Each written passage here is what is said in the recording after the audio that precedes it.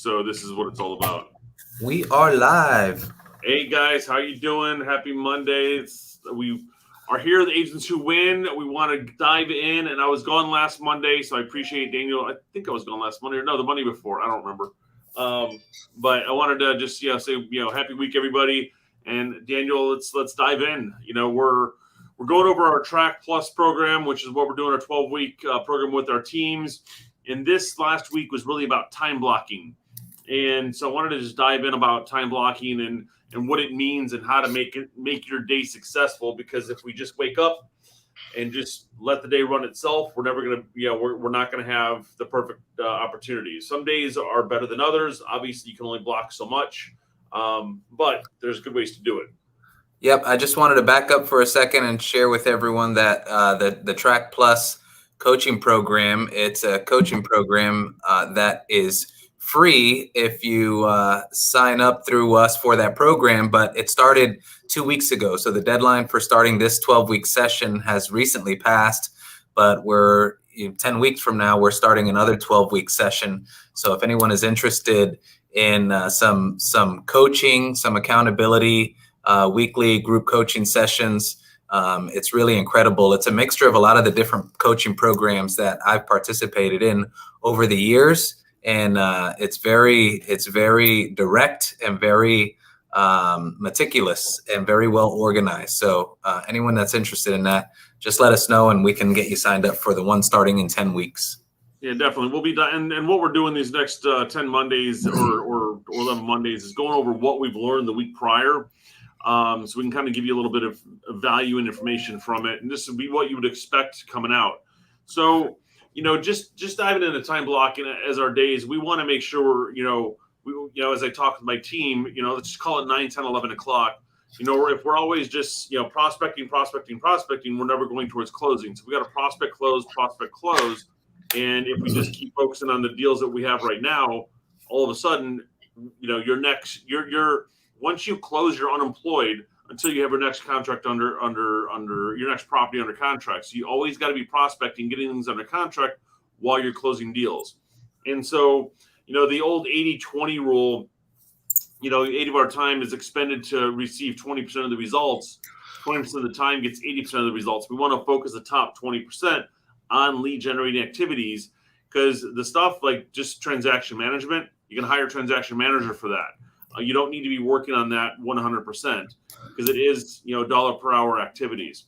So let's talk about our 20% we want to be working on is prospecting and lead generating, lead follow-up, going on appointments, negotiating contracts, and then practicing and role playing. And number one, obviously we want to prospect and lead generate because we always going to find new opportunities, whether it's coming out of our database or through Zillow or Facebook ads or, whatever we have, wherever we're getting our leads from, we want to make sure we're staying in touch with those people. Lead follow-up, obviously, if there's a nurture process to your leads, you want to make sure you're hitting your weekly time that you're staying in touch with those people, staying connected. One of my team members this morning just said, hey, I finally got connected with the lead I've been emailing for 3 months. We were out this weekend. So it's a time game, and which shows success on his side because he didn't let that lead go. Going on appointments. Obviously, you got your buyers, your sellers, buyer appointments, the buyer consultations to show what it's like to work with us, that kind of stuff. Negotiating contracts, that's always a fun one because it's putting the deal together that you can hand off to your transaction coordinator.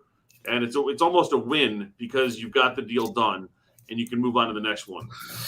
Todd, when you talk about, getting bogged down with administrative duties, a lot of agents who are, they're in production, they wonder at what point is the right time to get an assistant.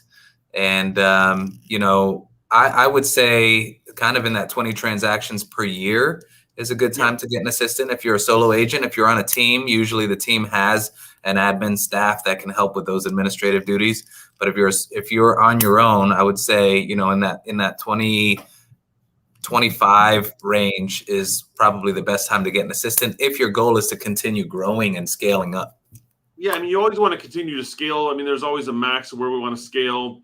My rule is about the same thing on your side. When you're doing one deal a month, and that's your goal, then you kind of keep it there. But if your goal is to get to 2 deals, 3 deals, 4 deals a month, Start with a transaction coordinator. Start with they charge anywhere from $195 to $595 a deal. Obviously, the more you pay, the more you're going to get. And you don't want somebody that's working with 100 different realtors. You want to, maybe that's another call we do is about what to find in a transaction coordinator. Right. But imagine $400 or $500 a deal, you could free yourself up to go work on other deals. And, once you get to a point where you're selling 2 to 3 homes a month, that's when you want to bring somebody on full time. You're going to spend $35,000 to $50,000 a year, depending on what you want, whether it's full time, part time, etc. That transaction coordinator will be doing a lot more for you, posting your social media, and a lot of other things. So that will help escalate your business even further to help pay for their salary. Right. The more administrative duties someone can take off of your responsibilities, the more time you can spend on what I call MMA, money-making activities. The MMA that I like. Let's go to MMA fight night and we'll talk about who's doing what work. That's right. Kind of fight night. The last part of the 20% is practicing or role playing. And 20 years in the business, I'm all for still role playing because we've got to learn new ways to say things and new mindsets and things. So I had an agent recently say to me, I'm a couple years in, I don't need a script. I'm like, we always got to keep learning. And if you're not script practicing or role playing, you're not learning. You're not learning how to elevate. You want to time block out quite a few. Go ahead, Daniel.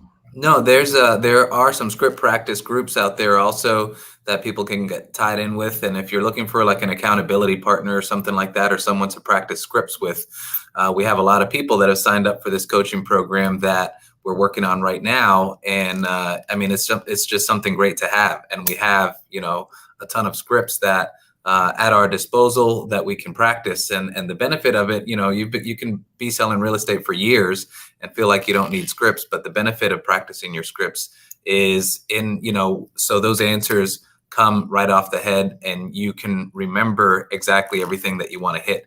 It's a lot of times that you had a conversation and you walk away or drive away from that conversation saying, man, I forgot to mention XYZ. When you practice mentioning XYZ, then that's the benefit of script practice.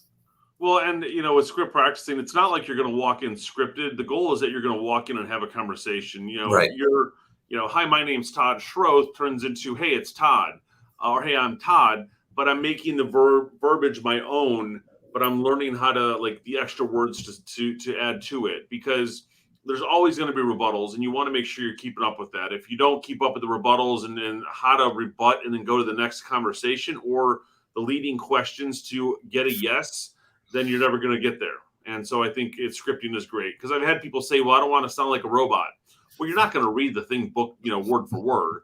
Right. And I did watch one of our brokers try to do recruiting one time, and he was reading word for word. And I looked at his book. I was like, wow, you were spot on. But that just sounded like, can we at least meet for coffee? Right. Out of desperation on that. But for sure. Paraphrase, ad lib, but just the whole point is just to practice what it is that you want to get, the message you want to get across, and what to say and what not to say.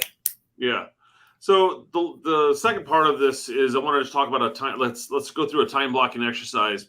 There's 4 parts to it. One is like personal and family time. You want to make sure you block out your vacations, your date nights, your kids dropping off, your activities, birthdays, anniversaries, movie game nights. Like for me, when the kids were in elementary school, my day didn't start till 8:45 because I knew 8:15 to 8:30 we're walking the kids to school. Now Monday through Friday we've got kids events from 5 to 8, so I need to know if there's an appointment coming up because I got to reschedule something. As the kids get older, it makes it a little bit easier, but you want to make sure you've got those things out, and your date nights, your vacations. Put those in non-negotiables in the calendar. And what took me years to start practicing is to live by your calendar. For a lot of us, you are proud that you can store it all and remember it all. But what happens is the more productive you become, the more things you have to add, into what you're trying to recall. So just live by your calendar and, have some kind of a system. I mean, your phone calendar, in my opinion, is best because you always have it on you. If you need a planner or something like that, great. But just live by your calendar, I think, is a good practice to get used to. Google My Calendar is my best friend. And as I was going through the motions for this last week, the first thing that the coach had said was, if it's not in your calendar, it doesn't exist. And when and it's kind of like what we tell our client or our team, if it's not in the database, it didn't happen.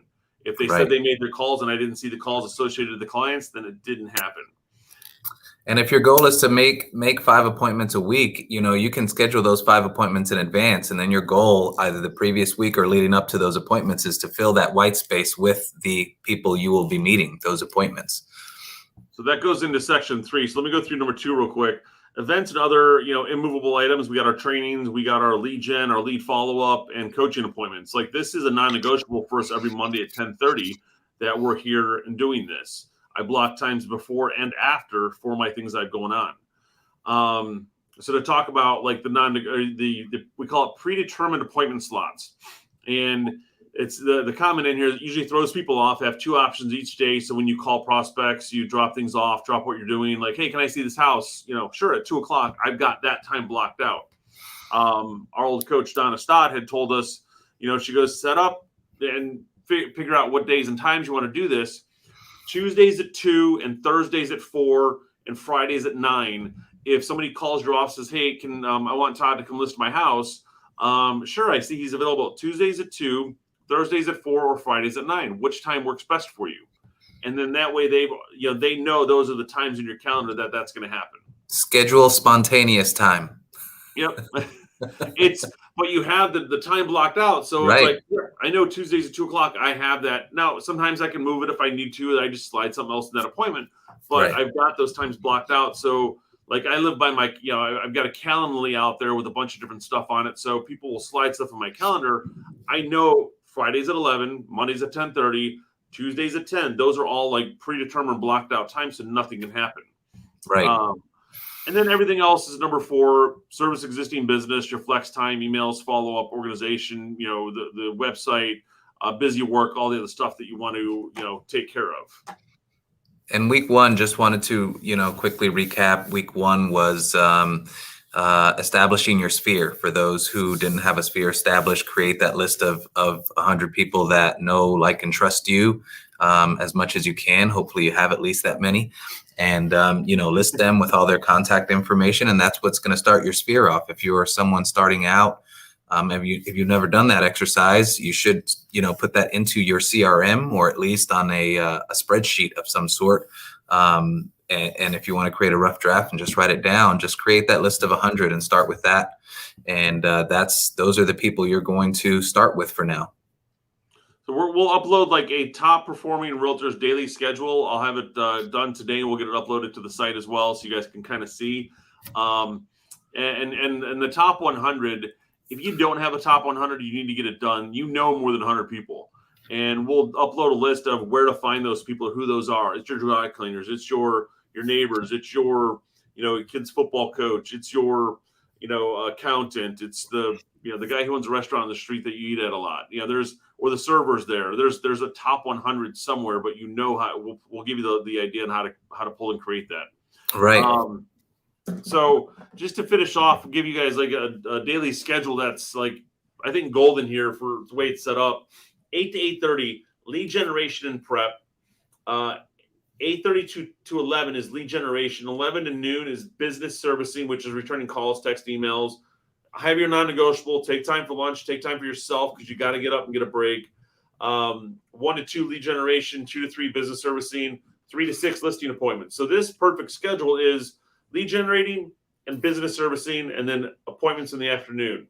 So you got your whole day working on the business. At the end, you're going out and funneling the business to contracts. Obviously, 6 beyond is personal time, etc. So create your own perfect schedule, but this is a good guideline to kind of work by. Yep, you should definitely create your own perfect daily schedule and write down, a good place to start is, how do I want my days to look? If you feel like your business is taking control of your days or taking control of you, and you want to take control of your business, you should write down how you want your schedule to look. That's a great step 1. And then begin to execute it and make adjustments as you see fit. But that's it for this week. We'll keep everyone posted on what we cover in the following weeks. Nice seeing everyone, and we'll see you next week. All right. Have an awesome week, guys. Take care.